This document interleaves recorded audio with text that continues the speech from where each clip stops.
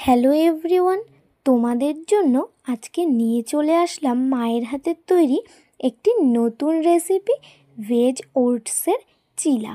রেসিপিটা কিন্তু আমার খুব প্রিয়। চলো দেখে নেওয়া যাক।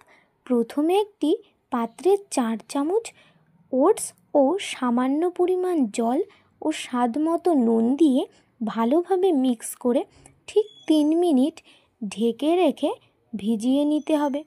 তারপর পাত্রটি ওপেন করলে দেখতে পাবে ওটসটা কী সুন্দর নরম হয়ে গেছে।